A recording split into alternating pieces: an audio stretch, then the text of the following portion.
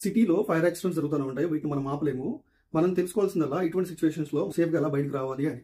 So, ఈరోజు మనం కామన్‌గా చేసే 3 మిస్టేక్స్ ఒకవేళ మనం ఉంటే ఇలాంటి సిచ్యువేషన్‌లో ఏంటో చెప్తాను. ఒకటి, దీనికి సంబంధించిన అవేర్‌నెస్ లేకపోవడం. ఇలాంటి ఇన్ఫర్మేటివ్ వీడియోస్ ఉంటే స్కిప్ చేసేయడం. లేదంటే మీ ఆఫీస్ బిల్డింగ్స్‌లో ఫైర్ డ్రిల్స్ అవి జరుగుతున్నాయి అనుకోండి, వాటిని కూడా స్కిప్ చేసేస్తారు. సో, అవేర్‌నెస్ చాలా ఇంపార్టెంట్. రెండోది, ఫైర్ అలార్మ్ వచ్చినప్పుడు టైం వేస్ట్ చేస్తాం. ఎందుకంటే మనకు మంటలు కనిపించట్లేదు, లేదంటే ఫాల్టీ అలార్మ్ ఏదో అనుకుంటాం. ఇలాంటి అసంప్షన్స్ పోకూడదు. అలార్మ్ వచ్చినప్పుడు టైం వేస్ట్ చేయకుండా ఇమీడియట్‌గా ఎవాక్యుయేట్ చేసేయాలి. ఎవాక్యుయేట్ అంటే బిల్డింగ్ నుంచి బయటకు వచ్చేసేయాలి. సో, రెండోది వచ్చేసి, ఒకవేళ మీరు బయటకు రావాలనుకున్నా లిఫ్ట్ వైపు వెళ్ళకూడదు. సో, ఇమ్మీడియట్‌గా లిఫ్ట్ వైపు వెళ్ళిపోతారు. లిఫ్ట్‌లో కనుక మీరు ఇరుక్కుపోతే మిమ్మల్ని సేవ్ చేయడం అనేది చాలా కష్టం ఇలాంటి ఎమర్జెన్సీస్‌లో. సో, అందువల్ల స్టేర్ కేస్ ఉంటుంది. స్టేర్ కేస్ ద్వారా, అంటే మెట్ల మార్గం ద్వారా బిల్డింగ్‌లో నుంచి బయటకు వచ్చేయాలి. సో, మెట్లు ఎక్కడ ఉంది మనకి ఎలా తెలుస్తుంది? సో, పైన సీలింగ్ దగ్గర ఎమర్జెన్సీ ఎగ్జిట్ సైన్ బోర్డ్స్ అని ఉంటాయి. వాటిని ఫాలో అవుతూ వెళ్తే మీకు దగ్గరలో ఉన్న ఎమర్జెన్సీ ఎగ్జిట్ వస్తుంది. అక్కడి నుంచి బయటకు వచ్చేయచ్చు.